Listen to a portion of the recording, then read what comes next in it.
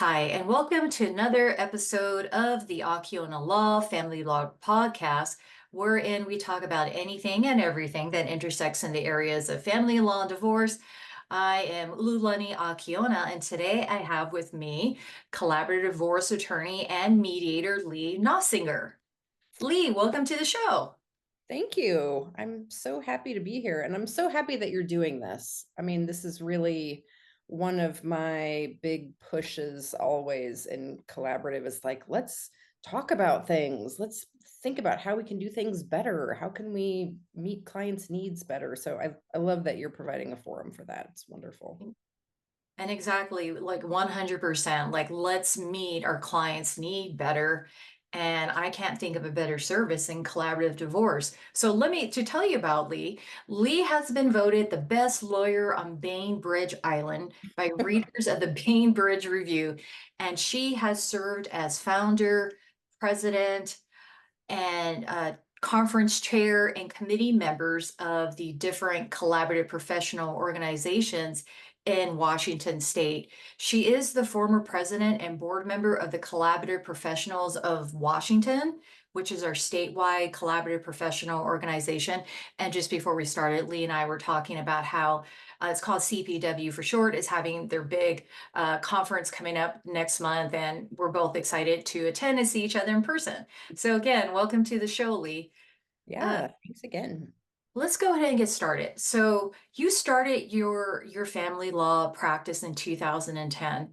How did you get started in collaborative divorce, or what drew you to collaborative divorce? Yeah, it was actually never my plan to even do family law. I didn't take that class in law school. Wait, Um, wait, so how'd you get into family law? I was always planning to be a litigator. Kind of my whole family, they're No all kidding. trial attorneys. My dad Wow. loves jury trials. It's kind of in my blood, and I worked for a Wow. federal judge for a couple years after law school, and then I had my son, and my 6 months of maternity leave after my clerkship ended kind of evolved to like 7 years of pro bono work and a Wow. little bit of contract work, but mostly just doing the mom thing, which was wonderful. And in the course of, just trying to keep my license active and keep my hand in the law practice a little bit, I called our local, I live on Bainbridge Island, and we have a community social services agency here called Helpline House, and they have a food bank, and they have social workers, and they have a monthly legal clinic where people can come and get free legal advice, meet with an attorney for, period of Huh? time. And I called them and I said, hey, I'd love to volunteer with you guys. What area of the law are people most needing advice in? And without hesitation, they said, family law. We need people Yeah, who can talk to clients about divorce issues, parenting, etc. right. And since I didn't know anything about family law, I said, well, let me brush up on that. And I signed up for an all-day CLE in Seattle on like the basics of family law. Ah, yeah. And that was, I don't know when that was, 2007, 8, something like that.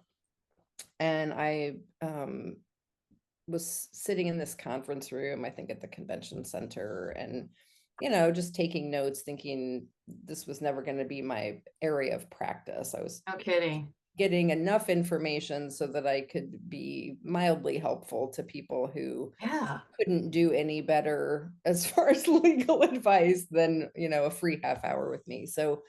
Um, so I'm sitting in this CLE, and it just so happened that Stu Webb, who Okay.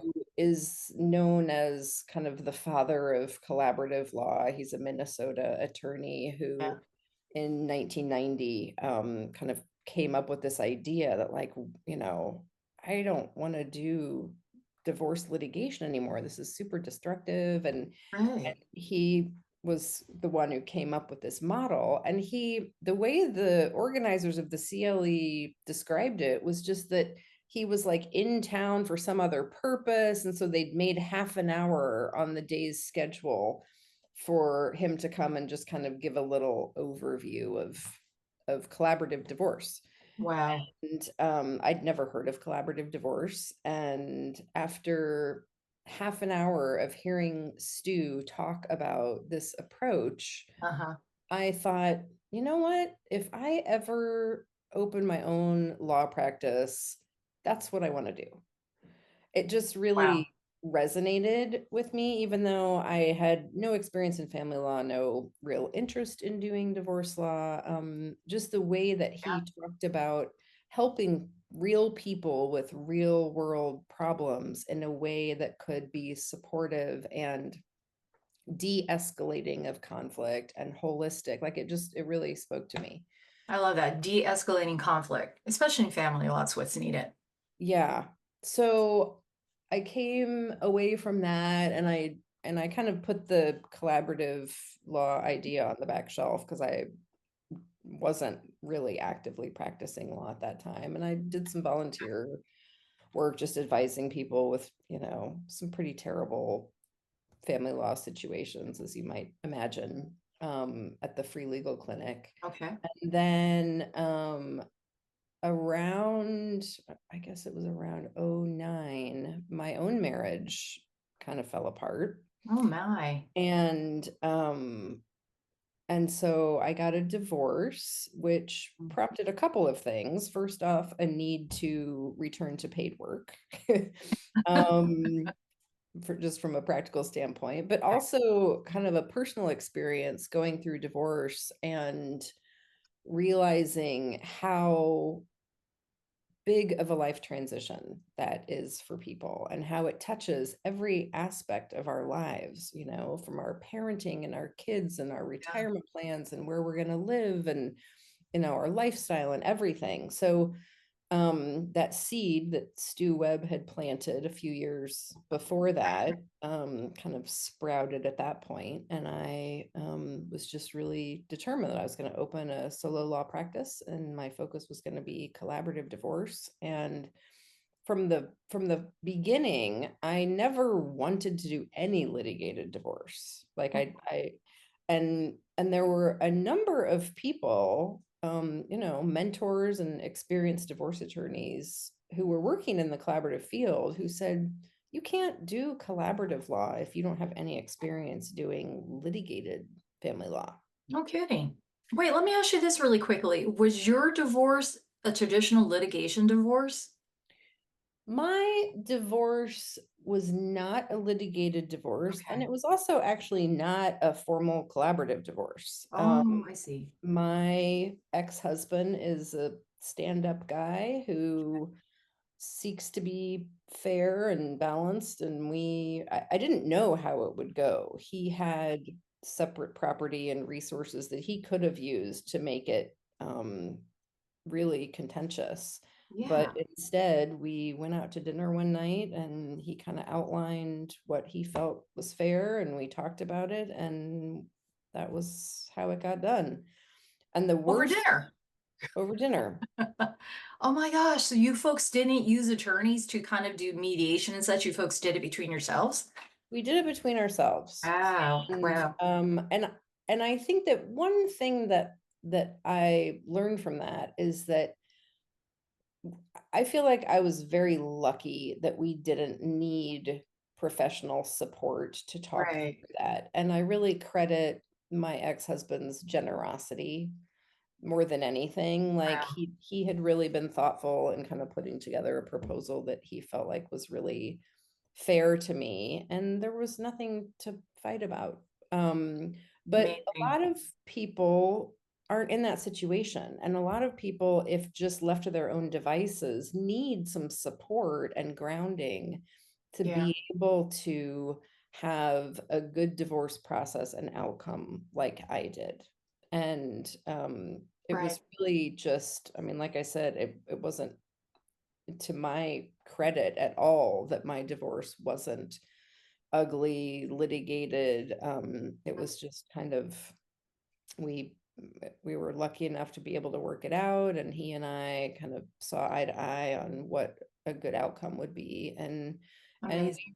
did a pretty good job of co-parenting our one son together until he was launched. He's now 21 and he has a Oh good my relationship goodness. with both of us. And I think we did a good job, but under, the circumstances Yeah. wouldn't have needed to be very different for that trajectory to have been dramatically different than my experience was. So Yeah. anyway, fast forward, I started my own law firm and I put on my website, collaborative divorce, that's all I do. And I always tried to kind of say, well, no, this is what I'm doing. But when I started practicing, Right. it was not a common thing. People hadn't really heard of collaborative law, even in Seattle. It was really just starting. Yeah. There were a few people who had been around a little bit, but so I kind of out of necessity found myself having to take some litigated cases just as Okay. I was building my business.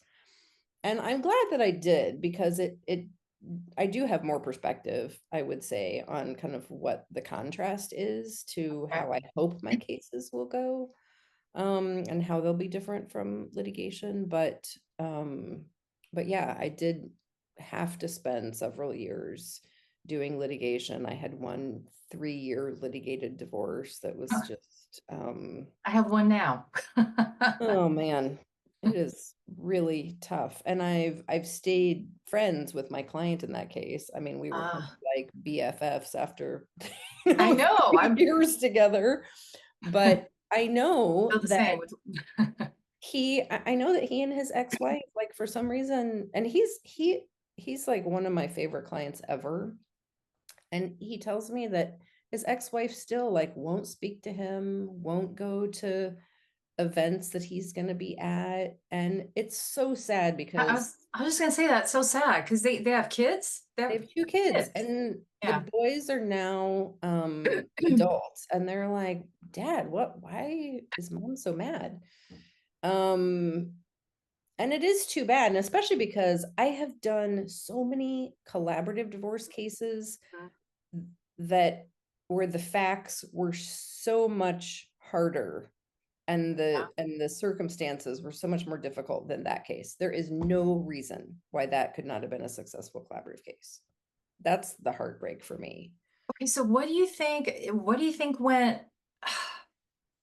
went wrong in that case? And that, okay, if mom is still holding on to things, it just kind of helps me think what type of trauma or fears or insecurity is mom suffering from?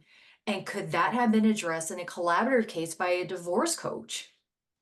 Yeah, well, I think that in a collaborative process, it is, I often say that collaborative divorce is an approach to family law that brings a really big dose of emotional intelligence, which Yes. just isn't really part of a litigated system. And it's not even a fault, but like courts are great at adjudicating conflicts between big corporations and, Yeah. you know, and they're not good at dealing with disputes between people who are going to need to have a continuing relationship after the Right. lawsuit is over. So I think that in that case, like so many other cases, I think that the mom could have been very well supported in a collaborative Mm, approach, but sometimes it's hard to even get a spouse to like consult with a collaborative attorney. it's so hard. Yeah. I mean, usually if people ask me all the time, well, I really want to do collaborative law. How do I get my spouse to agree? I said, well, What do you say? yeah, and it's often, like when people are going through a divorce, Mhm. they're not going to be effective at convincing the other of anything, That's fair. usually. That's fair. So I usually say, don't like push your spouse Mhm. too hard to do collaborative. Just ask them, like, hey, the process that we choose for our divorce is going to have a big impact on us. Will you just have a consultation with a collaborative divorce attorney before you make the decision on what process you want.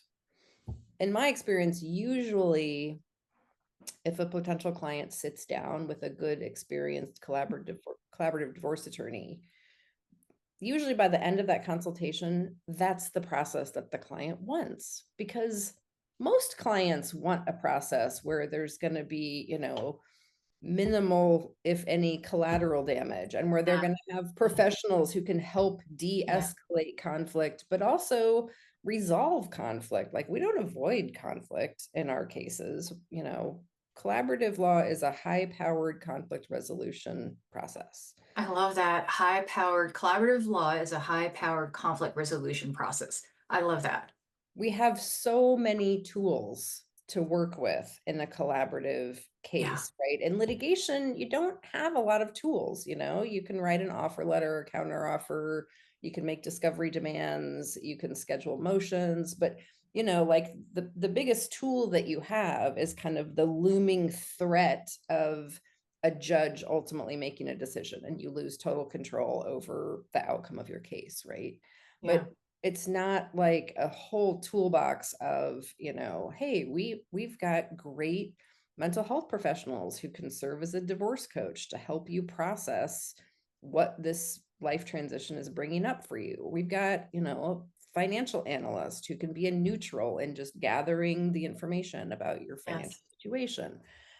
We've got lawyers who are trained not in writing briefs, although we've all probably had training in that, but who are more focused on, taking classes like Pauline Tesler's Psychology of Money class, or, conflict resolution, mediation classes about how to kind of like hold the energy in the room and make sure that there's a level playing field, and the spouse who has usually kind of gone along to get along still gets a voice at the table to make sure, like, we're Right. tuned into all of those things and work hard to use whatever tools are most appropriate for the case. Um, Oh, and what about the other tool about the child coach? Can you speak about that? yeah, I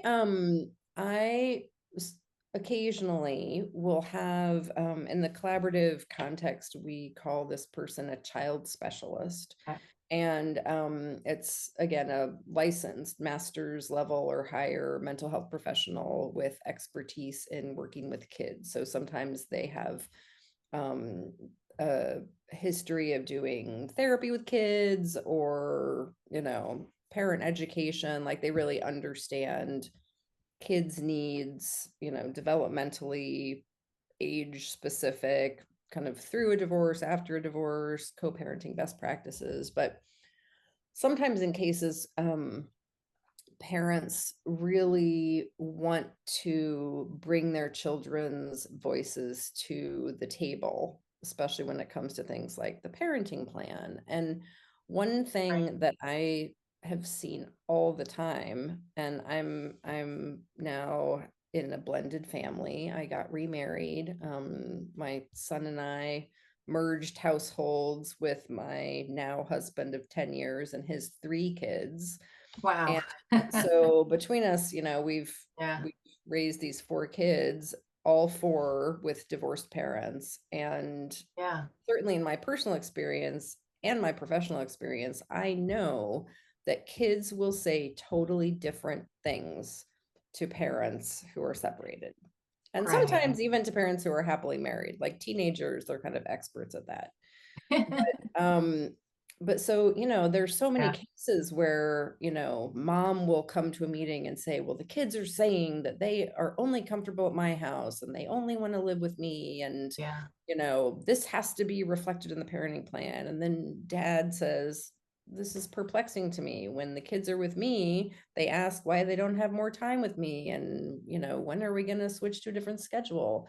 So you're And talking about this is at the four-way meeting with the two collaborative attorneys and then the husband and wife. So this is what's coming out. yeah, this will come out at Okay. meetings where Okay. parents are like, look, that I should get what I want in the parenting Yeah. plan because my kids are saying Yeah. that's what they want.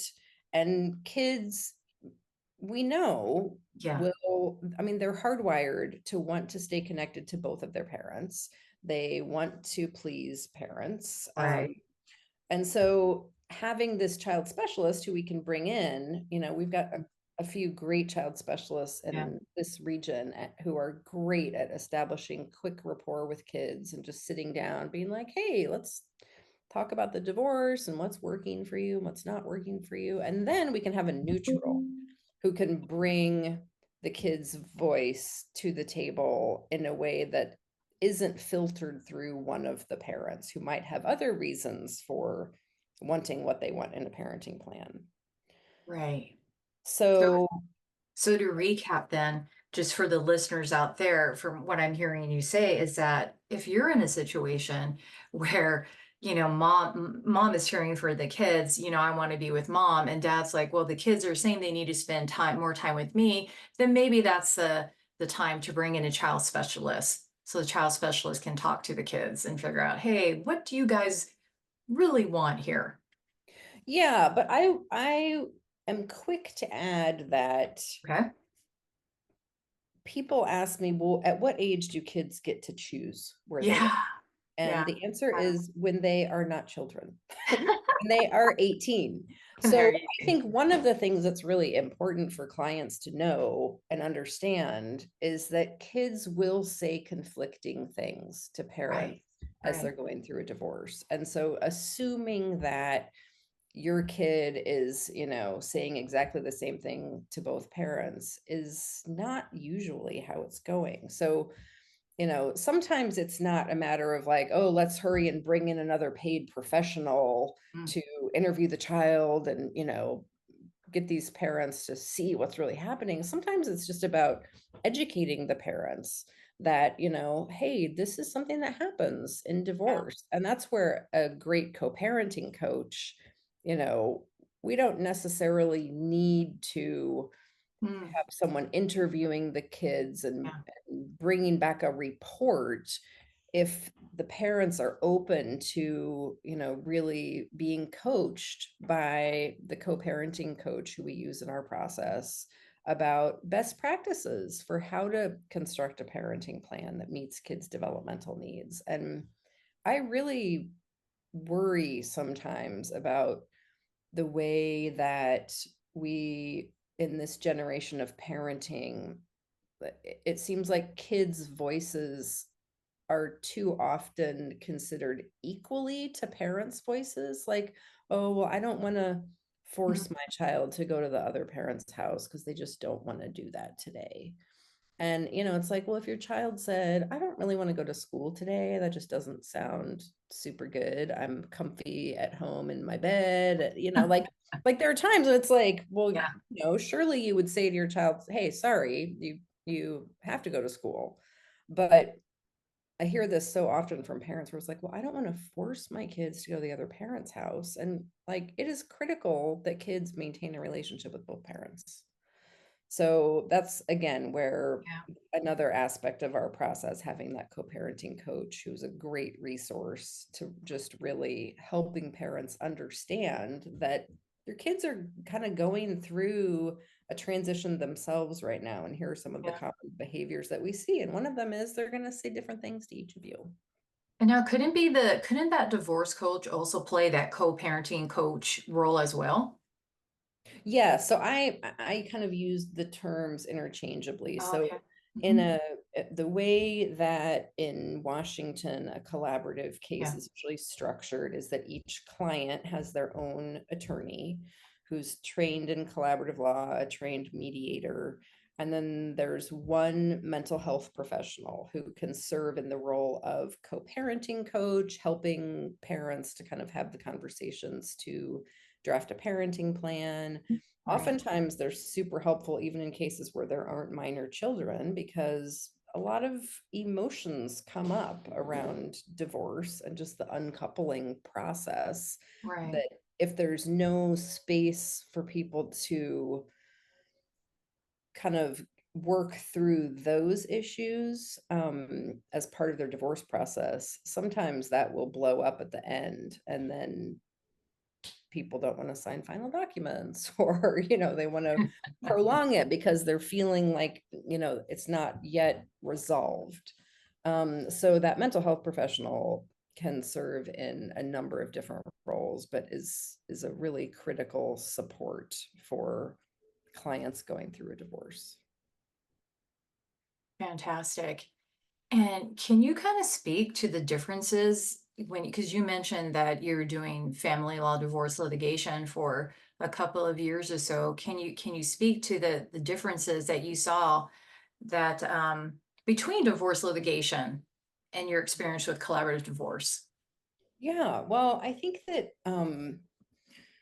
there are so many kind of foundational pieces, but a few that really come to mind. Like, even in my litigated cases, if I was writing an offer letter, I would try to take a tone that wasn't so much like, well, your client is obligated to this and my client is entitled to that, and your client shouldn't have done this or should do that. I would really try to draft my letters in a way that was like, hey, here's a possible outcome that could really serve this family well, and this could meet your client's needs for XYZ, which I'm hearing is important, and it could meet my Oh, client's needs. And I once had a litigator friend and mentor, yeah. who I admire a lot, but he was a litigator. He was kind of an old school litigator. He was very good. He was very experienced. And he said, "Why are you writing me this letter? Like, I don't, you shouldn't care about what is best for my client. And I certainly don't care about what's best for your client." Like, Wow. and I was like, "Wow, really?" He's like, "Look," he said, I'm not saying that like as a human being, I don't care about these people, but my job, I am hired by my client to get the most for my client. I am my client's advocate. I don't care what your client gets." And I was just like, wow, well, that's a pretty stark explanation of Yeah. how the lawyer's job description is really different in litigation, right? And and I don't at all mean to sound like litigators never want an outcome that's good for both parties. Of course, people who go into family law are not like cold-hearted people who are just trying to get, an extra buck for their Right. client or an extra hour of parenting time. But the system that litigation is rooted in is an adversarial system Yeah. by design. And so that does kind of require lawyers to be like, one on this side and one on this side. Mhm. So that was definitely an interesting anecdote that I think about a lot. Another thing that that Wait, so how did you two end up resolving that case though? Just oh, he was he was a very good negotiator, and I appreciated that he really believed in the lawyers working together to like kind of go back and forth between the clients, kind of as the clients' mouthpieces, and okay. cobble together a deal that we could kind of lean on our clients to accept. Um, Under so the threat of if you don't accept it, you're gonna have to go to court and the judge will decide. right. I mean, that's Yeah. always the underlying threat, right? Right, right. The other thing that always struck me about my litigated cases, and again, there were some exceptions to this, but in general, if I had a litigated case and there were communications between me and the other attorney, Mhm. um, they weren't very nice. Ah, It yeah, I didn't knew that. feel good. I remember once asking an opposing counsel in a litigated case, I was like, "Are you mad at me? Like, why are you talking to me like that?" I'm like, we're not getting a divorce. Why can't we Why just are be you the attacking me? professionals I know. here and try to problem solve this? And Right. I have a good friend who's also a collaborative attorney in the Seattle area, and I love what she says. She says she also did years of litigation, and she says, I love doing collaborative law because I feel like I can be the same person at work that I am in my personal life. I don't have to like put on this mask where I'm like, okay, now I'm going to war and I'm going to talk in a certain Right. way and I'm going to Yeah. be really direct. Like she said, I can be the same person whether I'm talking with friends or talking with colleagues trying to work through a case or talking to clients or talking to my client or my client's spouse. Like I can be a warm, compassionate, caring professional who is here to help. And I really appreciate that. Yeah. And in terms of collaborative law, um, can you speak to what are some ways that the process can be tailored to meet people where they are? Yeah. This is this is kind of a hot topic for me. Oh, and okay. and I will just say that I think it's a little political. Some of my ideas about this are not necessarily well received by other professionals, and that's okay. I Okay. am thick-skinned. I can deal with that. But Okay. um, one of the reasons that and the way that you and I met was you came to the training that I did back in, when was that? December of 2022? Yes. Um, and we did a 2-day basic collaborative law Yeah. training. And the biggest reason that I wanted to do that is I feel like I have really battled ever since I started doing collaborative law, um, this idea that like this is what a collaborative case should be. And Ah, I from early on, people who I would meet in Seattle who were practicing okay. collaborative law, I would kind of describe cases that we had over here in Kitsap County. And we're a much smaller county than King County. We currently have 4 experienced collaborative divorce attorneys in the whole county. On Bainbridge Island, Including, does that include you, Lee? that includes me. That includes you. Okay. Um, on Bainbridge Island, where I live, there are 2 of us. And we don't have experienced collaborative divorce coaches here. We don't have experienced financial analysts over here. And because we also have a very different kind of pool of clients here. Like, I don't know how to describe it except that there is kind of a different level of tolerance for fees over here. Like on Bainbridge Island, there are some very wealthy, high net worth Okay. people, and they still, they're driving like rusted out Subarus, and they track their money very carefully, and they don't want to spend money on process if they don't really understand why it's helpful and necessary. And so, as a result of kind of all of these factors, being in a smaller community, not having a pool of these collateral professionals to support our cases, we've really had to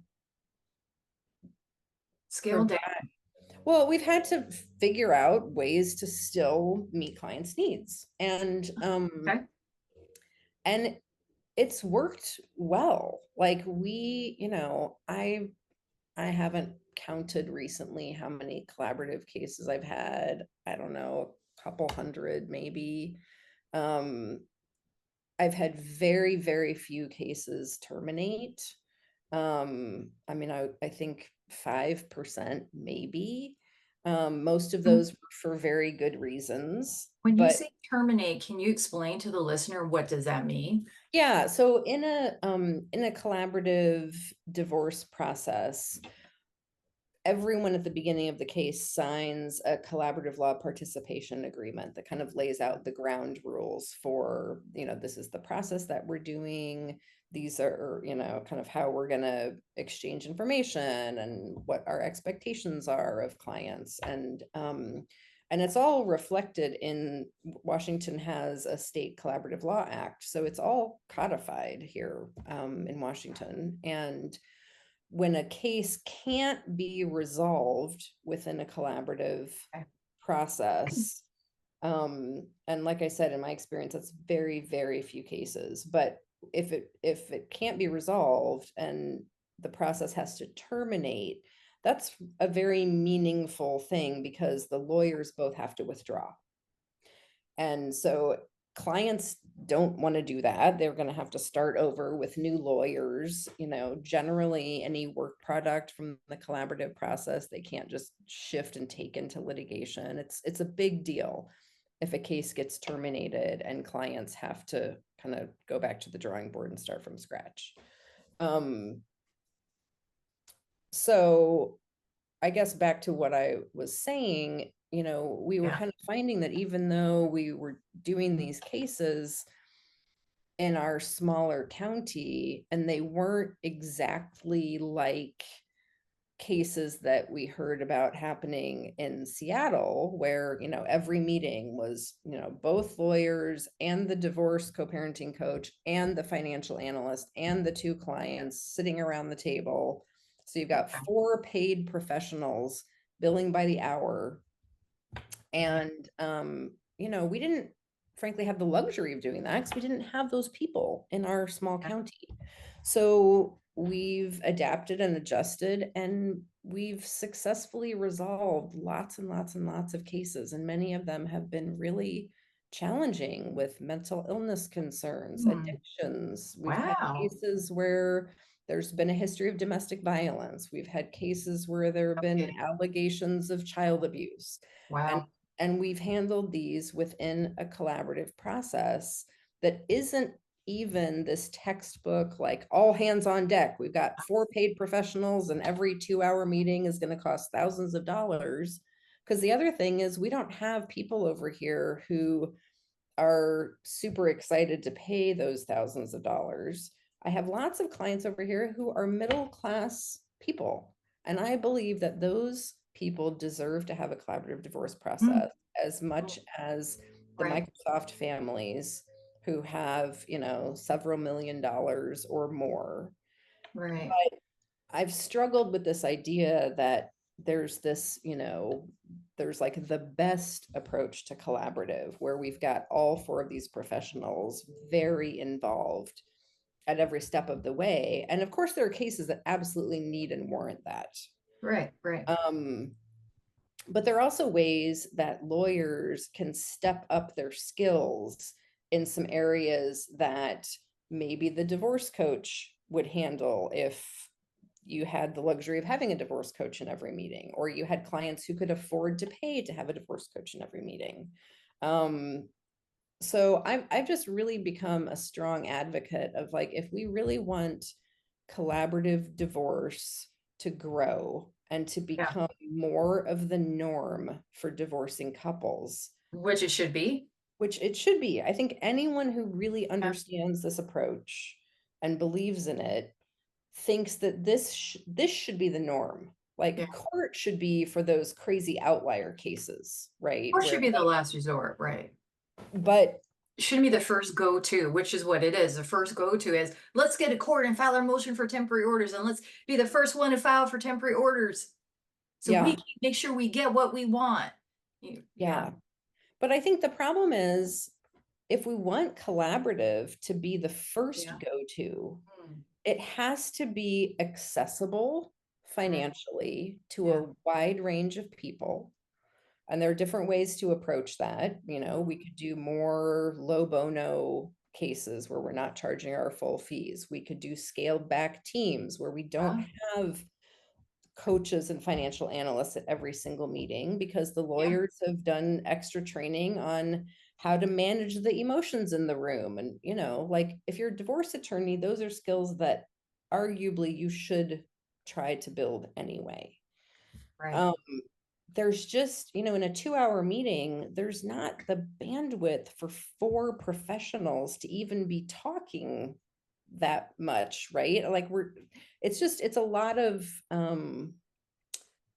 I just think that we have to be as efficient as we Ah, can with yeah. our process, with the professionals who are billing by the hour, with how we're going about structuring meetings, structuring the professional team, because I think that if collaborative develops a reputation for being this bloated process that's very Wow. expensive, where the Yeah. clients are saying, why is this person at the meeting? They didn't even say anything. Or, you know, No. I Right. did it. I did a training Oh gosh. in Florida last year, and their norm is that they have all four professionals attend every single meeting with the clients. So if it's a parenting meeting, now the way we do our parenting meetings is the lawyers don't go to those, even though, like, yeah, it'd be great to sit in on that. I'd have more understanding of the nuances and all of that. But that's where, like, I don't want to bill for time to sit on a parenting meeting when I have a very experienced professional mental health person who has a higher level of training and expertise than I do, who is perfectly skilled at navigating that conversation with clients. I don't need to be there, and I wouldn't feel right billing for that time. So in Florida, they have both lawyers and the mental health professional and the coach at every meeting. So if there's a parenting meeting, all four of those professionals are there billing. If there's a financial meeting, all four of those professionals are there billing. If Mm, there's a okay. legal meeting, all four of the professionals are there Okay. billing. That is a very expensive process that most Right. of us wouldn't want to pay for, I right? should, I certainly wouldn't. So I'm just, and I've been told since I first started doing collaborative law up until a week ago that I'm not following the best practices for doing collaborative cases. And You're a in rebel. well, I mean, I don't know, but like I said, I think I've had over 200 cases, very few, less than 5% have terminated. My fees are usually between $8,000 and $13,000, which is a lot of money for anyone who's listening and is like, oh my gosh, is that low? But I mean, I hear about these. It is low, and I'll tell you this, it is low in your tradition. Oh my gosh, like I can do a petition and temporary orders and the client's at $12,000 because it's so contested. So Yeah, you're saying $8,000 to $13,000 from start to finish and their divorce is finalized. yes. Okay, Now, that's cheap. of course, there are outliers. I That's mean, cheap. There's outliers, yeah. I have some Yeah. cases where they give me a $6,000 fee deposit and they're getting some money back at the end. I do have a few cases where it's That's like crazy, we're Leigh. so streamlined, and like, I do have those cases. And I have cases that are $20,000 because I have a very Yeah. emotional client who needs a lot of education and Right. needs things repeated a lot. And there's nothing wrong with that. And if people can afford to pay for that level of high touch service, that's one way that collaborative can be scaled up. And we can have Yeah. coaches at every meeting if that helps people to feel more secure. And support it. Right. We can have a financial analyst who goes through all the tax returns. We can also, as family law attorneys with experience, work together to do our own spreadsheet. If it's a simple case with young clients who have a couple of checking accounts and they each have a car, like, that case doesn't need a financial analyst. And those clients, at least in my county, can't afford to pay for one. No, So, yeah, I hear what you're saying. There was this, not to interrupt you, but another attorney and I here in Snohomish County did a financial divorce case, and I'm sorry, did collaborative divorce case, right? Older couple, retired, retirement savings, and here I'm thinking we need the financial neutral. We need the financial neutral, and the other attorney, collaborative divorce attorney, was like, I don't think we do. And she was kind of advocating how you're doing, like, let's be streamlined, let's be efficient. And essentially what we did is she created an asset and debt spreadsheet. We did a meeting with myself, my client, the husband, her client, the wife, and we went through the asset and debt spreadsheet. We just yeah, went through all the values. And it was and we settled it without a financial neutral yeah. or divorce coach. Yeah. And I think that's wonderful. And I think that like I would rather err on the side of let's start streamlined if there are reasons to, Right, right? I mean, right. believe me, I've got cases where I know from the get-go, these folks need a coach and they need a Yeah. financial analyst. Yeah. And I'm not at all one who doesn't greatly value those professionals in our community. But the beauty of having this approach where we have three professions represented is that we can divide and conquer. We can split up the tasks that need to be handled so that the person who's most appropriate to do those tasks is the one who's billing for the time, not all of us on every task, on Right. every meeting, every conversation. I mean, that's like I said, even high net worth clients in Seattle, of which I have had many. About half my practice now is in Seattle and half over here Wow. in Kitsap County. Kidding. And even high net worth, high income clients don't want to pay for more process than they feel they need. So it's not just Right. a matter of like, can they afford it? It's like, can they afford it and do they need it? And can we help them understand why they need it if they do? Because I just, I've heard so many stories from people who, just neighbors on Bainbridge Island, people who went to Seattle and hired collaborative divorce attorneys Okay. and will say, gosh, it was so expensive. There Yeah. were so many meetings. I didn't understand like why we were having like our ninth meeting Oh, or, no.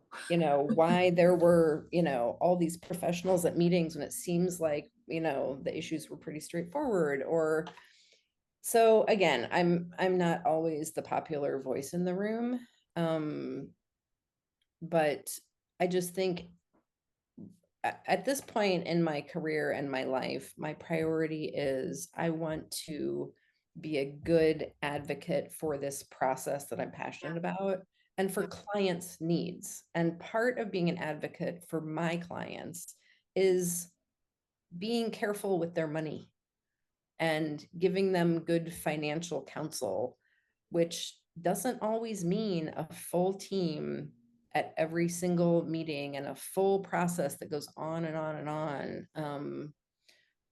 I tell clients all the time, I'm like, this is a time limited process. We're going to Yeah. have 4 or 5 meetings, maybe 6. If we're getting to 6 meetings and we're not effectively done, something's not working and we need to look at some other options. But if you set those expectations early on, like, hey, we're not going to keep having meetings just because one spouse is hemming and hawing or doesn't want to commit or doesn't want the divorce or wants to Right. keep talking over and over and over about things. Um, Yeah. I had a meeting yesterday in a case where, one spouse doesn't want the divorce, Okay. is doing everything possible to kind of keep a connection with the Yeah. spouse, Yeah. to have some influence and control over the spouse. And it came to be clear that to me, that like we couldn't enable that by just being like, okay, well, it's not resolved. Let's schedule another meeting. That was disadvantaging one client while the other client was getting what he wanted by keeping, the connection, keeping a Right. conversation going with this person who he didn't want to be separated from. Yeah. So what Anyway, what did you resolve in that situation? well, there are definitely times, not infrequently, where Okay. I will say to clients, and hopefully this is with the buy-in of the other professionals on the case.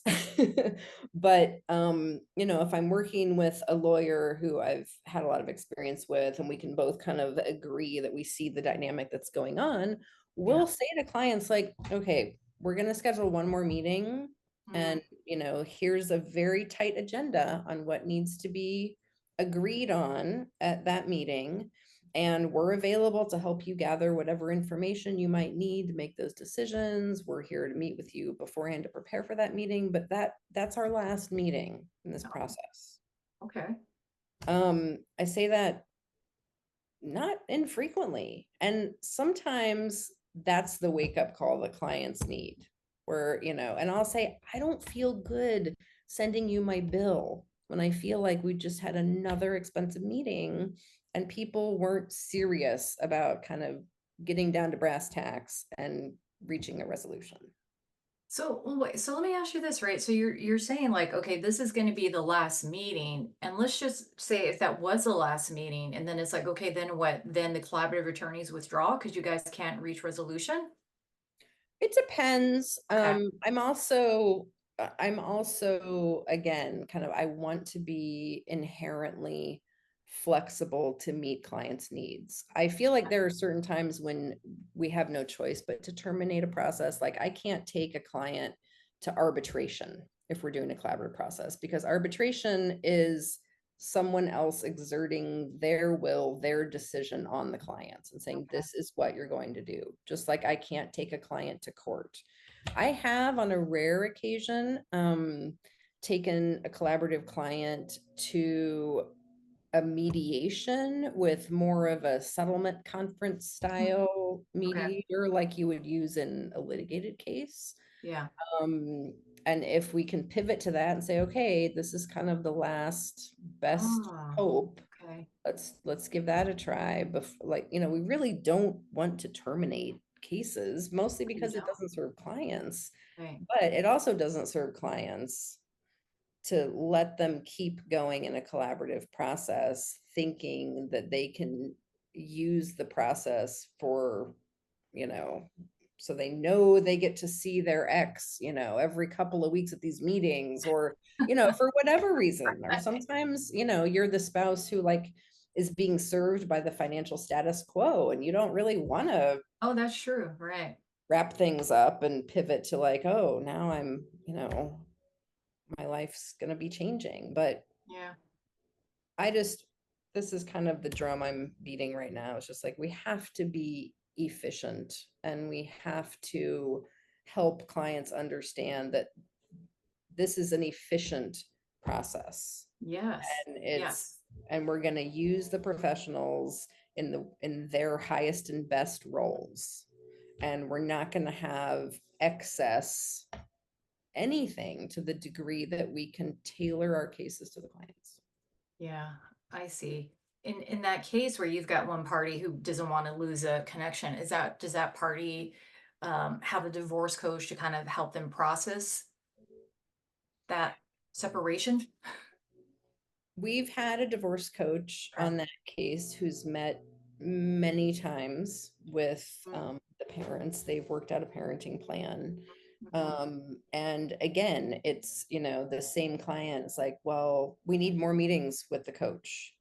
And the other spouse is like, we don't. We've got Oh, an okay. agreed parenting plan. We've had opportunities.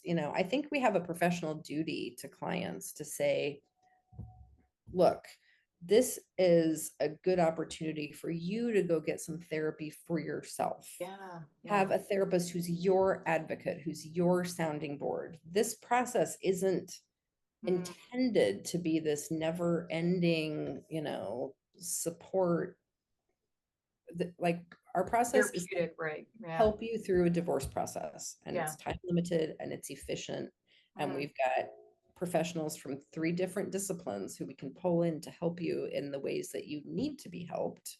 But we don't have to use all of those people. It's not a one size fits all. You know, you were talking about, yeah, it's a not one size fits all approach. I think you just summarized it perfectly. In that case you were talking about, I loved how you spoke to the fact that, you've successfully resolved in collaborative divorce cases that involve substance abuse, mental health issues, child abuse, domestic violence. In those cases, were you utilizing then the help of the divorce parenting coach and the child specialist, or is it just between the attorneys? No, absolutely. And Okay. cases like that, I am admittedly reluctant to require a client to hire professionals who they don't want to hire. Right. So if both clients are saying we are in agreement that we don't want to have a financial analyst go through our Yeah, finances, we both have transparency into all of our accounts, we still yeah, trust each other, we've created our own spreadsheet. I'm not going to say, well, you have to have right, a financial analyst, or we're not going to say it's a collaborative case. Um, in the same way, I think that it's if there are cases where, because some clients don't know, right? They don't know if they're going to benefit from a financial analyst or not. So if there's a case where they say, look, we trust each other, we've got our own shared spreadsheet, then I'll say, yeah, it sounds like you probably don't need a financial right, analyst. If right. I've got a case where my client's saying, I don't want a financial analyst because I have a degree in finance and I've managed all of our household finances and I don't want to pay that Yeah, person.